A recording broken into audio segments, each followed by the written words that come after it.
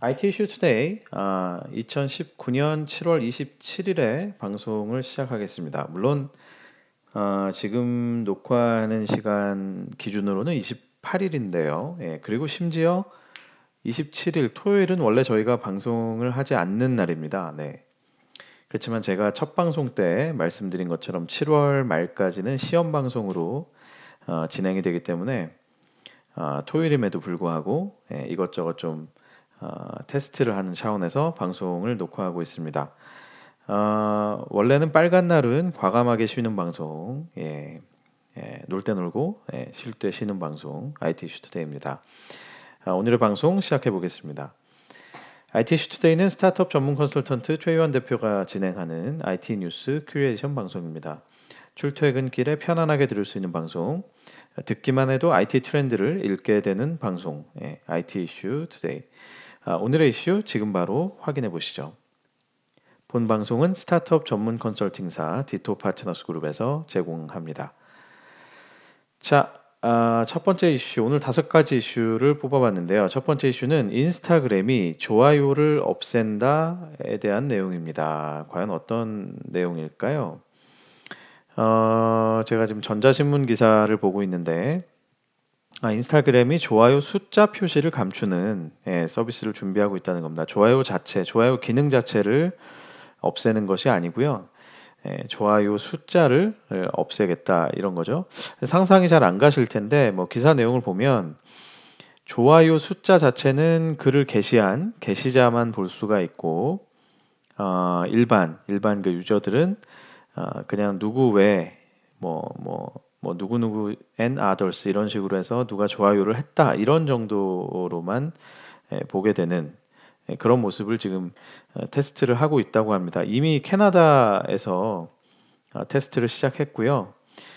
최근에 그 6개국으로 더 늘려서 테스트를 할 예정이다. 뭐 이런 식으로 보도가 됐다고 합니다. 결국은 이런 그 테스트를 하는 이유가 무엇이냐? 인스타그램 측은 좋아요 숫자보다는 공유하는 컨텐츠 자체에 집중하기를 원한다라고 밝혔다고 하는데요. 뭐 좋아요 숫자에 너무 신경 쓰지 말고 컨텐츠에 집중하세요. 뭐 이런 그 얘기인데 글쎄요. 과연 그 좋아요가 컨텐츠 집중에 일단 진짜 방해가 되나요? 예. 그것도 잘은 모르겠고 뭐 제 개인적으로 느끼기에는 그렇지 않아도 소셜 기능이 굉장히 약한 게 인스타그램인데 여기서 이제 좋아요까지 이렇게 좀 톤 다운을 시킨다.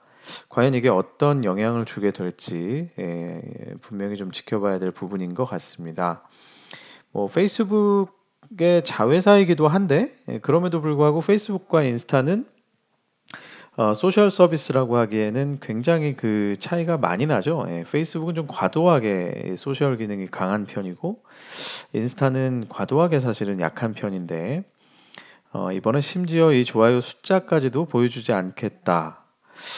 과연 이제 어떤 결과를 나올지 모르겠습니다. 저는 개인적으로 뭐 좋아요 숫자에 사람들이 막 집중을 하고 이런 거 막 거기에 매달려서 살고 이런 거를 뭐 좋다고 생각하는 사람은 아닌데요. 그러나 여기서 지금 얘기하는 게 게시자에겐 여전히 보이는 거잖아요. 그러면 이제 좋아요 숫자에 연연하게 되는 행위는 뭐 여전히 이어질 것이고 그러나 반대로 일반 유저 입장에서 좋은 컨텐츠인지 아닌지를 판단할 수 있는 뭐 일종의 권리가 없어지는 것 아니냐라는 측면으로 저는 보이기도 합니다. 예. 그리고 사실은 모르겠어요. 이게 만약에 진짜 컨텐츠에 집중하세요가 아니라 인스타가 보기에 뭔가 좋아요 기능에 있어서의 그런 어뷰즈가 뭐 문제가 된다라고 판단하셨다면 글쎄요. 그렇다면 그 어뷰즈를 막는 기술을 개발하는 게 맞는 게 아니었나 싶기도 하고요. 실제로 어떤 그 배경이 있고 어떤 목적이 있어서 이런 테스트를 하는지 좀 의아하긴 한데 뭐 어쨌거나 뭐 재밌는 시도라고 생각은 들지만 과연 이게 반드시 좋은 결과를 낳을까? 그건 좀 정말 지켜봐야 될 것 같습니다. 왠지 그 뭐 여담입니다만 구글이었으면 진짜 어뷰즈를 없애는 기술을 막 기가 막힌 기술을 만들고 있었을 것 같지 않습니까? 네. 어쨌든 페이스북과 인스타그램 이 소셜 기능에 있어서 정말 다른 방향으로 계속 가고 있는데 같은 울타리에 있는 회사로서 과연 어떤 식으로 계속 진화해 갈지 지켜봐야겠습니다. 두 번째 이슈는요. 토종 AI 의사가 임상에 드디어 나선다고 합니다. 네. 닥터 앤서라고 하는 이름이죠. 한국에서 만들어진, 그러니까 여러분 IBM 왓슨이란 이름은 많이 들어보셨을 거예요. 왓슨의 뭐 일종의 보면 뭐 한국판 버전이라고 보셔도 될 것 같은데요. 정부가 또 주관이라는 표현이 맞는지 모르겠는데, 또 정부와 서울 아산병원이 같이 그 손을 잡고 추진을 했던 사업으로 제가 알고 있습니다. 닥터 앤서가 2018년부터 개발을 시작을 했는데 드디어 2019년 7월 26일에 임상 적용 선포식을 가졌다는 그런 소식입니다. 일단은 소아 희귀 유전 질환, 그다음에 심뇌혈관, 치매 이렇게 3대 질환과 관련된 8개 소프트웨어를 먼저 전국 11개 병원에 적용을 한다는 내용인데요. 뭐 소식 자체는 그냥 짧게 이렇게 전해진 소식입니다. 근데 저는 이제 개인적으로는 사실 2018년도에 요 뉴스를 처음 접했을 때 제가 너무 시니컬한지 모르겠는데 이거 뭐 진짜 제대로 될래나? 뭐 이런 마음으로 사실 뉴스를 읽었었거든요. 근데 이게 어느덧 시간이 흘러서 이렇게 임상에 바로 적용을 하신다고 하니 굉장히 좀 그 감회가 새롭게 읽혀지는 뉴스였고요. 그러면서도 동시에 그 IBM 왓슨이 왜 실패했을까에 대한 것들은 우리가 뭐 여러 가지로 분석하지 않습니까? 뭐 미국의 데이터이기 때문에 한국에 안 맞다 뭐 이런 얘기도 있었고, 실제로 그 인공지능이 내놓는 그런 어떤 레코멘데이션이라는 게 결국은 의사가 있어야 완성되기 때문에 뭐 사실은 이제 그 완결성에 있어서 완벽성에 있어서는 좀 부족한 면이 있었다 뭐 이런 얘기도 있었고, 뭐 여러 가지 얘기들이 있었죠. 또 뭐 온컬러지라고 해서 그런 뭐 종양이나 이런 쪽에는 좋지만 뭐 다른 쪽에는 잘 안 맞는다 뭐 여러 가지 얘기들이 있었는데, 과연 닥터 앤서는 이런 장벽들을 어떻게 이겨낼 수 있을 것인가? 결국은 데이터가 핵심인데요. 사실 기존에 우리나라의 뭐 빅5 병원에 있는 데이터들조차도 의사분들 말씀을 들어보면 그렇게 뭐 정확도가 좋거나 AI가 이걸 소위 말하면 그 재료로 해서 뭐 요리를 열심히 할 수 있을 만큼의 그런 좋은 데이터가 쌓여 있느냐라고 하면 다들 좀 부정적인 의견을 많이 갖고 계시거든요. 그런 면에서는 결국 데이터가 문제인데, 이 닥터 앤서가 과연 이런 열악한 데이터의 환경 안에서 얼마나 똑똑해질 수 있을지, 결국 그 문제 아니겠습니까? 그죠? 얼마나 똑똑해질 수 있을지는 좀뭐 아직까지는 저는 조금 의문이 가는 상황이 아닐까 싶고요. 그러려다 보면 분명히 이게 시간이 오래 걸릴 겁니다. 시간이 오래 걸릴 거고, 닥터 앤서가 먹기 좋은, 요리하기 좋은 그런 형태로 데이터가 잘 쌓이고 다듬어져야 되는데, 그러려면 아마 이제부터 시작으로 해서 굉장히 이 병원 데이터, 에, 그 소위 말하면 이제 뭐 건강 정보, 뭐 처방 정보, 뭐 진료 정보 이런 것들이 정말 이제 체계적으로 쌓이는 그런 계기가 오히려 됐으면 하는 마음이 있습니다. 뭐 그러려면 사실 최소한 5년, 10년 이렇게 시간이 걸려야, 그때 가서야 진짜 닥터 앤서가 소위 말하면 닥터라는 소리 좀 듣지 않을까 싶네요. 어쨌거나 IBM 왓슨이 걸었던 길은 걷지 마시고 꽃길만 걸으시길 바라겠습니다. 어쨌든 정말 개인적으로 제가 조금 시니컬하게 얘기는 했지만 저는 개인적으로 기대는 굉장히 많이 하고 있습니다. 잘 됐으면 좋겠습니다. 세 번째 이슈는 구글 알파벳 2분기 실적 발표에 대한 내용입니다. 사실 뭐 이 부분은 뭐 전혀 놀라움이 없습니다. 뭐 늘 그렇습니다만 뭐 여전히 성장을 너무 잘 하셨고, 돈을 너무 잘 벌고 계시고, 구글의 모회사죠. 이게 일종의 뭐 지주회사 격인데, 알파벳이라는 회사가 2분기 실적을 발표를 했고요. 전체 매출이 389억 달러. 이죠. 뭐 우리 돈으로 보면 45조, 46조 정도 되겠네요. 그죠? 분기 매출입니다. 분기 매출이 46조니까 엄청나죠. 영업이익이 91억 달러, 약 한 10조, 11조 정도 되겠고, 순이익이 99억 달러, 11조 정도 역시 되겠습니다. 오히려 순이익이 높군요. 영업이익보다. 예, 영업 외 수익이 뭐 꽤 있다라는 것으로 보이는데 어쨌거나 이런 수치가 작년 2분기보다 19%, 24% 각각 210% 늘어난 수치입니다. 뭐 굉장한 그 성장세죠. 사실 구글이라면 어찌 보면 이미 빅브라더인 지가 너무 오래됐잖아요. 제가 처음에 인터넷판에 들어온 시점이 본격적으로 들어왔던 시점이 2006년이었던 걸로 기억하는데 그때도 이미 빅브라더였거든요. 그리고 네이버 안에서는 뭐 구글 형님 이렇게 부르는 게 너무 뭐 일상적인 일이었고, 예, 그다음에 뭐 진짜 뭐 심지어는 뭐 사대주의냐 싶을 정도로 뭐 구글이 하면 뭐 전부 다 뭐 진리인 것처럼 여겨지던 막 그런 시절이 있었는데 그 시절이 벌써 십몇 년 전이라는 건 구글이 입한해서 꽤나 그 자리를 잡고 이미 뭐 대기업 초대형 기업으로서 글로벌 기업으로 그렇게 자리를 잡고 있는데 그런 기업이 야, 이렇게 전년 동기 대비 19%, 24% 이렇게 성장을 한다는 건 진짜 엄청나게 놀라운 일입니다. 사실 그죠? 예.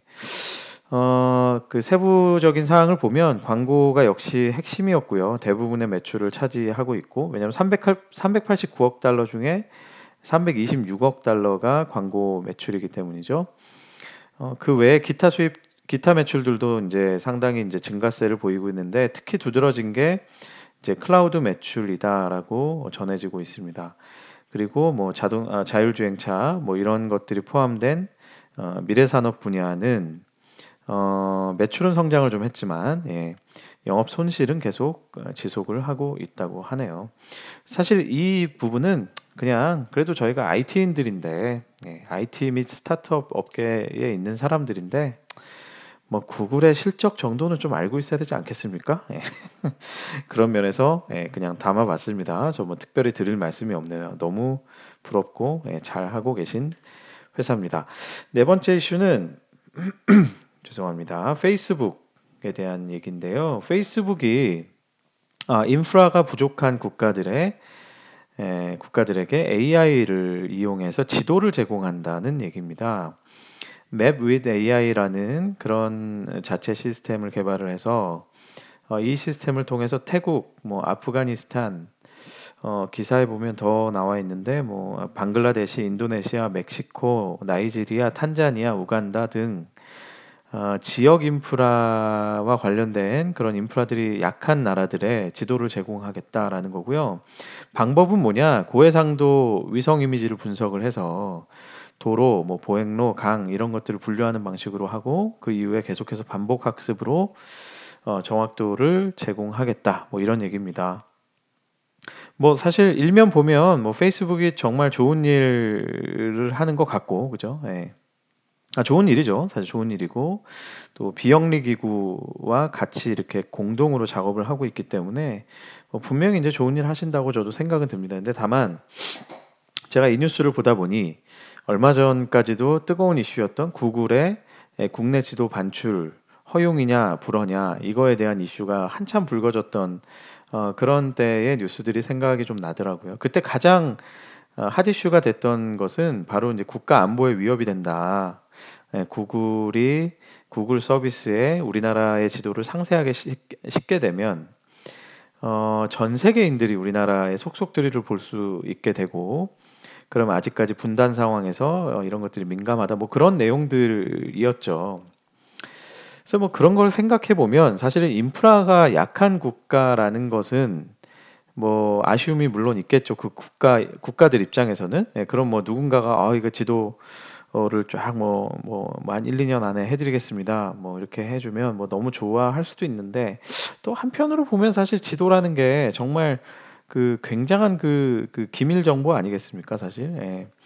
이런 것들을 또 미국 업체가 그런 모든 데이터를 갖고서 각 국가에게 제공 및 그런 데이터들을 가지고 있고 또 뭐 제가 정확한 계약서를 못 봤지만 어떻게 협약을 할지 모르겠습니다. 이 데이터에 대한 소유권이 누군지 또 이걸 어떻게 페이스북이 어디까지 활용할 수 있는지 어떻게 허용되는지 모르겠지만 뭐 어느 정도는 꽤 그래도 허용하지 않을까 싶고요. 네, 그렇게 봤을 때는 이게 과연 이 각각의 국가들에게 진짜 좋은 소식 맞나? 예, 그런 생각도 좀 드네요. 네, 살짝 뭐 걱정은 되지만 어쨌든 뭐 아쉬움이 크니 어떻게 하겠습니까? 예, 일단 뭐 지도라도 만들어야죠, 빨리. 예. 자, 마지막 이슈는 삼성과 샤오미 예, 누가 인도를 사로잡을까에 대한 이슈입니다. 재밌는 저도 뭐 잘 몰랐는데 이번에 기사를 보면서 알았는데요. 인도 시장에서의 이 두 업체 간의 이 경쟁이 아주 그냥 치열하더군요. 예. 뭐 2017년에는 삼성전자가 이겼었고 승리를 했었고 2018년 또 반대로 샤오미가 승리를 했었고 근데 2019년 2분기의 실적을 보면 샤오미가 1020만 대, 삼성이 940만 대 아주 근소한 차이죠. 근소한 차이로 또 샤오미가 이제 앞서가는 모습을 보이고 있습니다. 뭐 제가 디지털 데일리의 기사를 보고 있는데 이 중간에 보면 샤오미는 이제 미국에 좀 약하고 삼성은 중국에 약하고 그죠? 예. 뭐 당연히 샤오미는 이제 또 중국에 강하고 뭐 이런 모습인데 그러다 보니 결국은 이 두 회사가 확실하게 강력한 국가 한계를 확실하게 좀 잡기가 어려운 상황인 거죠. 아시다시피 미국과 중국, 그다음에 인도 이렇게 하면 사실 전 세계 인구의 뭐 대부분을 차지하는 나라들 아닙니까? 그래서 이런 상황에서 결국은 샤오미는 뭐 자국을 어느 정도는 갖고 있겠지만 사실 이미 중국 내부에서도 경쟁이 굉장히 치열하죠. 뭐 오포라는 업체도 있고 화웨이도 있고 하다 보니 그러니 결국에는 인도 시장이라는 게 샤오미와 삼성 두 회사의 모두 굉장히 중요한 전략 국가가 되고 있다라는 생각이 듭니다. 그래서 이렇게 두 회사가 치열하게 경쟁을 하는 게 아닌가 싶고요. 뭐 최근에는 샤오미가 조금 정체를 보이고 그러니까 비록 2분기에 이기긴 했지만 삼성이 좀 더 이제 성장하는 모습을 보이고 있다라고는 하는데 뭐 아무래도 2018년에 샤오미가 1위를 했으니 삼성이 상대적으로 성장하는 모습으로 보일 수도 있겠죠. 예. 그리고 뭐 기사 중간에 보면 좀 인도에 특화된 폰을 만들어서 그래도 그런 인기에 힘입어서 삼성전자가 조금 그래도 좀 성장하고 있다. 뭐 이런 이야기들이 나오는데 뭐 저희도 그렇지 않습니까? 사실 우리나라에서도 보면 그 해에 그 스마트폰이 어떤 디자인으로 어떤 기능으로 나오느냐에 따라서 뭐 성과가 굉장히 엎치락뒤치락 하잖아요, 사실은. 네, 그런 거 보면 인도 시장에서의 이 당분간 이 두 업체 간에 뭐 혹은 또 모르죠. 또 제3의 업체가 갑자기 막 치고 나올지 모르는데 하여튼 두 업체의 이 경쟁은 굉장히 치열할 것 같습니다. 인도 인구가 13억이 넘죠. 14억 정도 되는 걸로 제가 아는데 뭐 대충 왜 아시다시피 그런 나라들은 이제 집계 안 되는 인구도 굉장히 많잖아요. 네, 그런 것들 보면 굉장히 역시 두 회사 입장에서는 사활을 걸 만한 그런 나라일 수밖에 없다 그런 생각이 드네요. 어쨌든 두 업체 간의 경쟁도 제가 계속해서 지켜보면서 또 말씀드릴 수 있도록 하겠습니다. 네, 오늘 이슈 여기까지입니다. 네, 오늘 토요일인데 특별히 벌써 일요일로 넘어갔군요. 네, 특별히 제가 늦은 시간에 영상을 올리게 될 것 같고요. 뭐 주말 또 주일 즐겁게 잘 보내시고 다음 주 또 출발할 수 있는 에너지 충전하시기 바라겠습니다. 도움이 되셨다면 구독 한번 쭉 눌러주시기 바라고요. 추천도 많이 많이 부탁드립니다. 수고하셨습니다, 여러분. 감사합니다.